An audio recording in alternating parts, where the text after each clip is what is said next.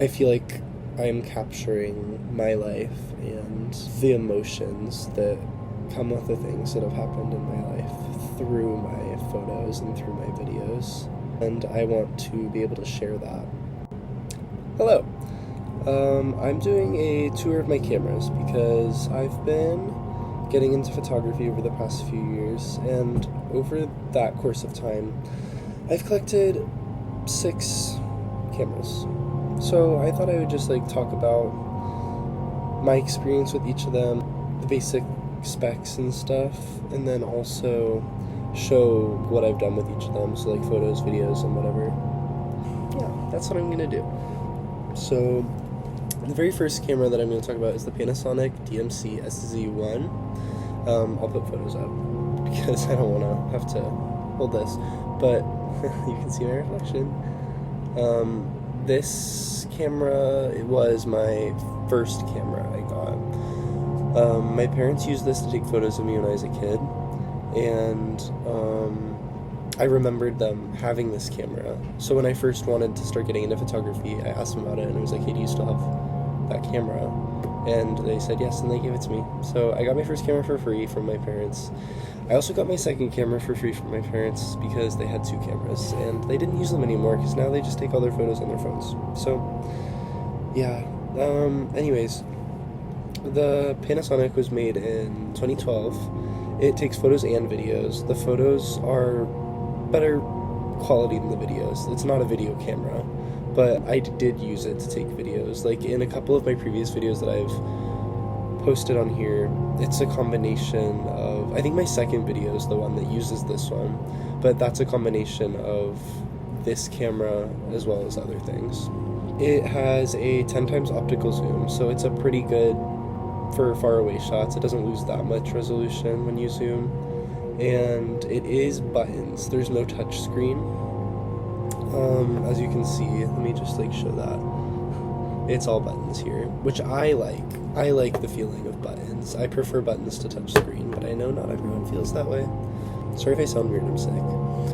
The screen is pretty big. It's the same size as the screen on the next camera I'm going to show you, but this camera is way bigger than that one. It's about 3 by 2 inches. I just held up a tape measure really quickly to each of these, so these are not precise measurements. This is just generally how big it is. So that's about a 3 by 2 inch screen, and when you're taking photos on that camera, it has 4 modes, which I found really helpful. It has intelligent auto, miniature mode, and scene mode. Intelligent auto I didn't really use. I just stuck with regular auto.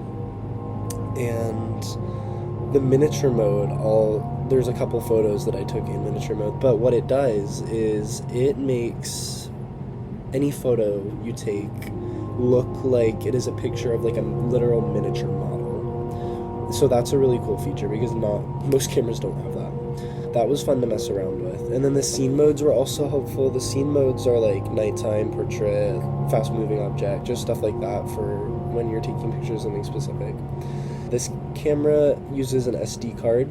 The pictures are 12 megapixels, so pretty good. It's good resolution. It's comparable to the next camera. And then I thought I would list pros and cons for each camera. The pros on this one, the mini mode for sure. That was a really unique thing about this camera that I miss not having on my newer cameras, but it's fine. And the way that this camera takes photos is it tends to desaturate the image a little bit and kind of put a coolish tint on it, which I know not everyone will like. I really like warm images, so I think having a camera that was the opposite of that helped me get out of that, because when I took photos on my phone, I would bump up the warmness on the photos because I wanted them to look warm. So that got me out of that. The cons on this one, well, okay, first thing I should say is it doesn't work anymore, so that's my first con. When it first stopped working, the dust flap broke, which is very noticeable. It's this is supposed to be closed. There's supposed to be a metal thing right there covering the lens, but that broke, and when that broke, it started getting scratches and grime and dust on the lens, which was really irritating. I would have to manually try to close it or open it when I was using it or not using it, so that was really annoying. I think the reason the dust flap broke was because I'm lazy, and instead of putting it in the cute little travel case it came with, because this is big and it was taking up too much space in my pocket, so I wasn't using it. I was just putting it straight in my pocket, and that's definitely the reason it broke. So I feel like if you were to buy that camera or one similar to that, as long as you didn't shove it in your pocket bare, I think you wouldn't run into that problem.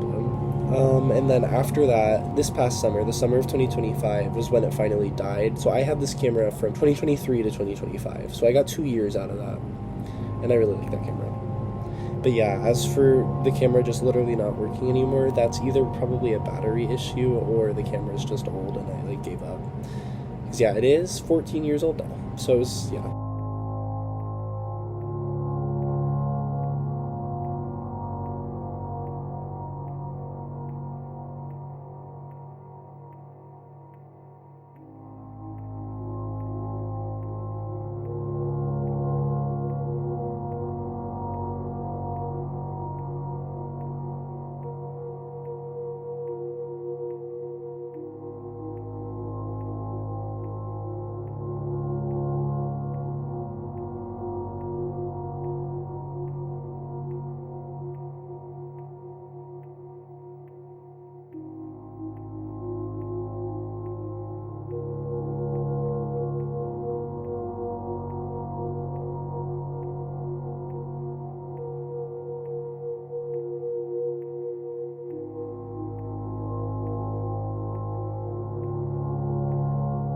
And that's okay because yes, they are. Today was one of my favorite people. Literally reset the scene. Owen White, furry. Okay. Wait, what? Look Wait, at it. what? Tasting alcohol when you know. Okay, moving on to the next camera. This one I also got from my parents because when I asked about like why they got this camera, they said that it was because when me and my siblings were like really young, they wanted to be able to take photos of us, but we would move around too much and we wouldn't sit still, so they needed a camera that had like a fast shutter speed. So they got the Canon EOS Rebel T1i. This, there's photos up right now. This camera is really nice. I'm using this one right now for my photography class, and yeah, it's a really good camera. I found out while I was doing research for this video that it takes videos. I found out while I was doing research. I've had this camera for almost the same amount of time as I had that one. I've had this one since like 2024 was when I started using it, and I just found out it takes video. So I've been able to take video on it this whole time and I haven't. But it's fine. This one's actually from 2009. I haven't messed around with this camera as much as I should be. I need to like actually start taking it out more and taking photos on it. It is 15.1 megapixel, and it is also buttons. It's not a touch screen. It is also a 3x2 inch screen, so the same size screen as the Panasonic, it's a pretty big size screen for a camera. And there's so many modes on this camera. I've mainly just used the regular auto and the regular manual. If I was going to recommend someone get a DSLR, I would recommend this one. This is a very nice, affordable, like, intro DSLR camera for if you just want to start messing around with photography like me. I actually recommended this camera to one of my friends, and she bought it. She bought like a newer model of it though, because like I said, this one's from 2009. Yeah, so she bought the newer version, and the photos are so good. I think it was like somewhere between $400 and $600. So if you're willing to make the investment in a starter DSLR camera, I would recommend you get a Canon EOS Rebel. The only problems I have with this camera is it is an actual DSLR camera, so it is big. And that makes me not like taking it places as much as my other ones. That's why I really like Digis, is because I like Digis for multiple reasons. Because they're small enough where I can just put them in my pocket and take them places, and they also, since it's so easy to take auto photos on them, I can focus a lot more on the composition of the photo and like how I want like the framing and all of that stuff, rather than the ISO and like the exposure and stuff. So it's a very, it's a great way to get into photography because it takes out the part where you have to actually sit down and figure stuff out, and it just makes it so you get to capture whatever you want. That I'm off on a tangent right now.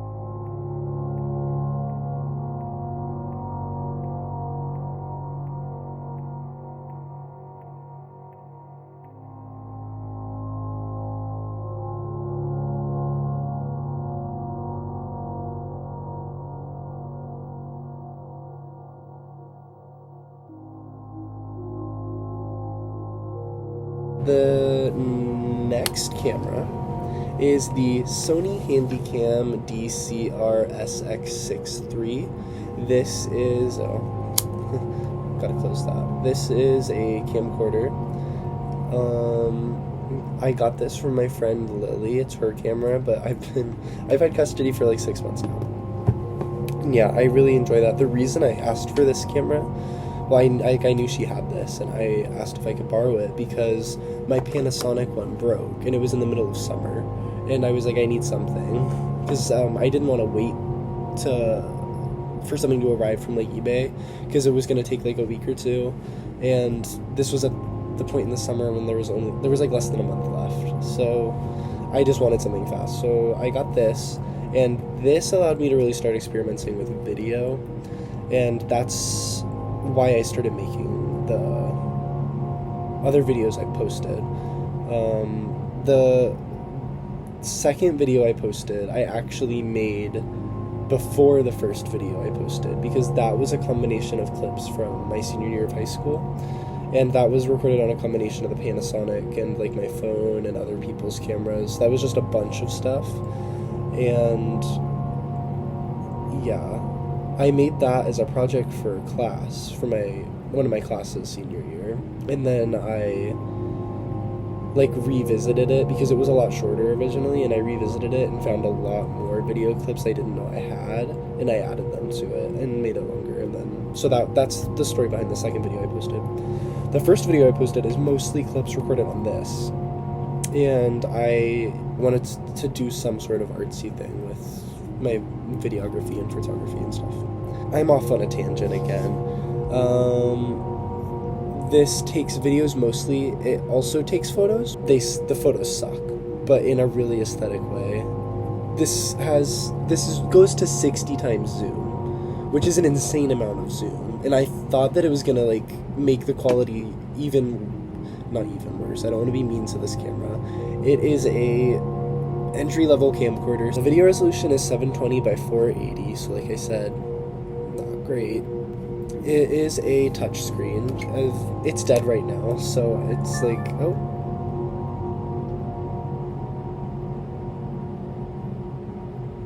Yeah, it's dead.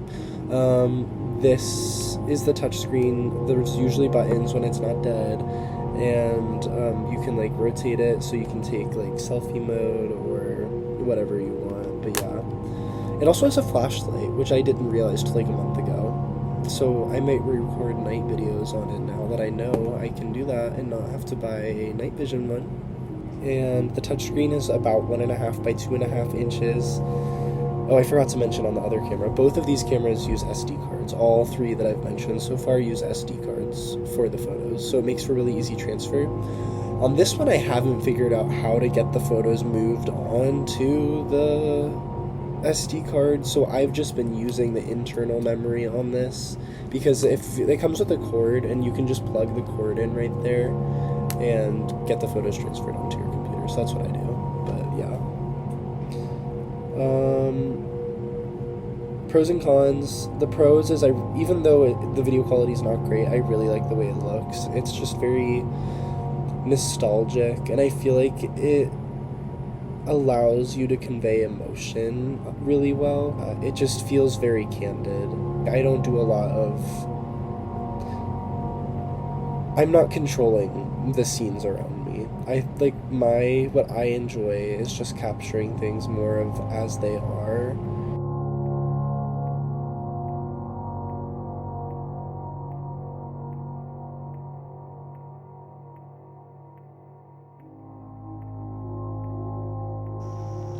Hey guys, welcome back to the vlog. So basically, we're all just sitting here waiting.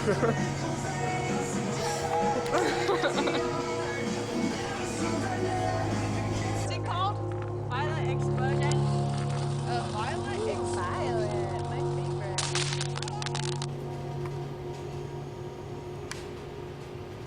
Do something entertaining.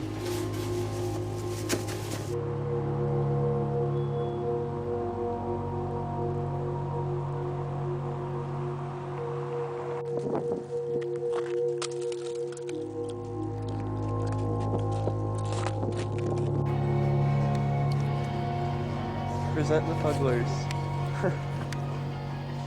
Okay, I've talked about that camera way too long. Next camera, the Fujifilm QuickSnap. This is the first film camera, and also only film camera. This is actually my second one of these. I haven't sent this one in yet, even though this is from like October of last year, because things got really hectic around that time, and I got lazy. Also after things cooled off, so I might send that in at some point this week. But I had bought one of these previously at the end of the summer. At the same time that I was using this for video, I was using one of these for photos. And yeah, it is 35mm film. It has 27 exposures. This was $20 at CVS, so I feel like this is also a really fun way to get into photography or get into film specifically, because like I said, the beauty of point and shoots is that you don't have to know anything about photography. All you have to do is have a vision, and that's what I enjoy doing. So I got my film developed for these on a website called MPix. You can also send them back to CVS, that's where I bought this camera, or you can, there's all sorts of websites. There's Instagram accounts that I almost sent mine to an Instagram account before I went to like an actual photography website. But yeah, $20, I think it was worth the investment. I really like the way the point and shoot film cameras look.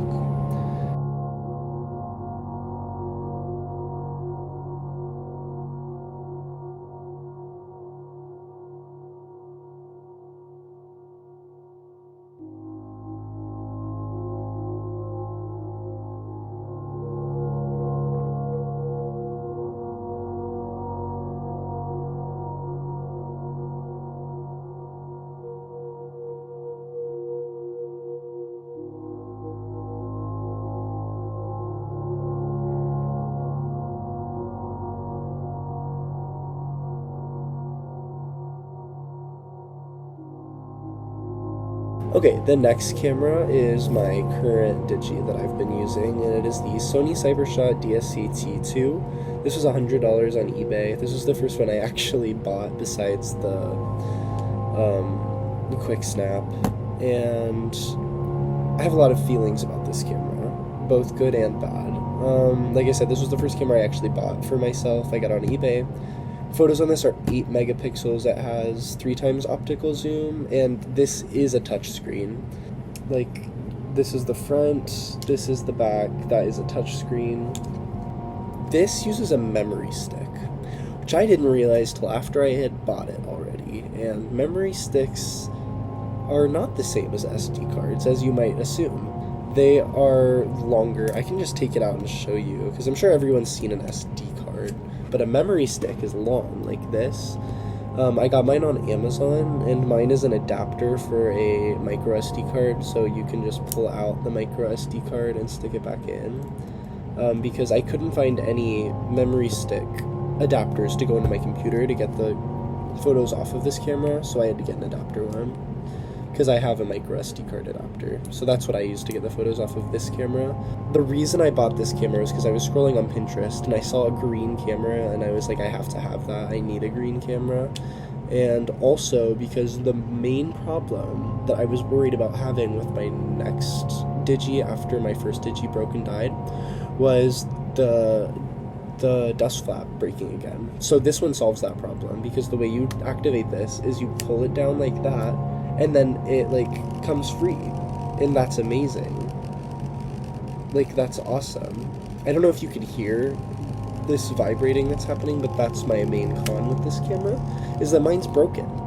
And I don't know if this is a common problem with these cameras, but it is extremely annoying. And basically what happens is when you turn on this camera, it like vibrates for a second, like just to like let you know that it's turning on, and then it doesn't stop vibrating, so the photos get really blurry. And if you're using the flash at night, it can come with a really cool effect, so that's, I've been trying to use that like artistically, but it is extremely annoying when it does that when I don't want it to happen. And I googled it, and I'm probably going to perform surgery on it at some point soon to try and fix the problem, because I think I know what the problem is now. There's just like a magnet or some piece loose inside of there that I need to put back. But yeah, that's really frustrating. So I don't know if I can recommend that camera. The design of this camera I like love. It's just, it doesn't work that I don't like. What I've noticed with this camera versus my original Digi, the Panasonic, is that it saturates the photos a lot more, and it tends to have a slightly warmer tint to them than my other one did, which I think you'll see in the photos that I'm gonna put up.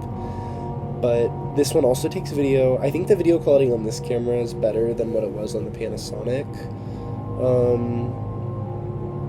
Yeah, so for my most recent two videos that I put out, the Christmas one and the one before that, it's a combination of the handycam and the cybershot.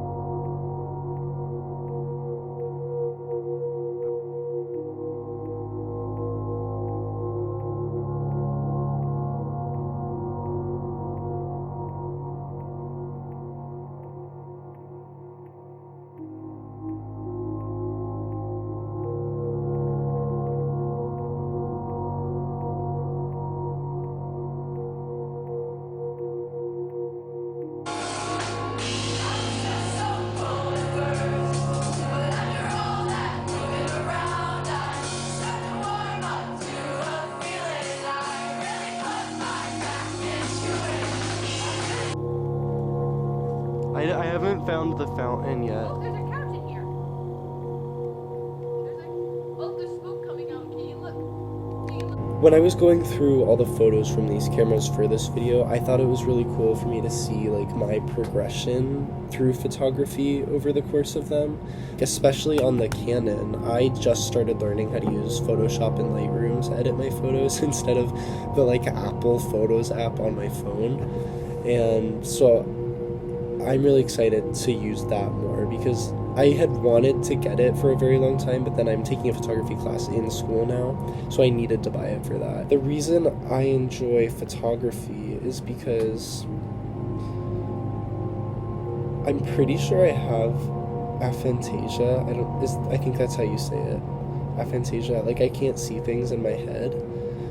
And so I forget things. I also have ADHD, so I forget things a lot. And I think the combination of that makes it so I lose a lot of memories that are special and like important to me. And when I take photos or videos to remember things, it is very much serves as like something to prevent that memory from being lost. I feel like I'm capturing my life and the emotions that come with the things that have happened in my life through my photos and through my videos. And I want to be able to share that. Something I've been thinking about a lot recently is how when we die, once the people that remember us are gone, our entire memory is gone. And that's been really inspiring me to get back into art, because I think art is the only thing that can outlive you. Like, art is the expression of ideas and emotion in a way that is almost separate from yourself, that allows others to connect to and others to remember you by. And so that's why I created this YouTube channel, is basically so I can just throw this all into the void.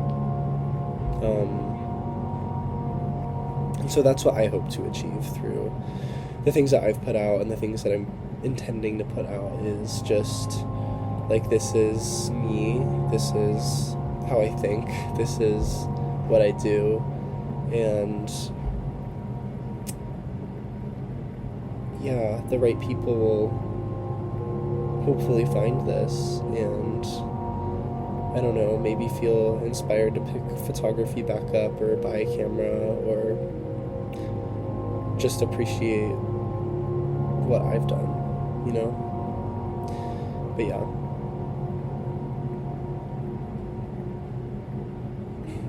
That's all I have to say, so yeah, that's all.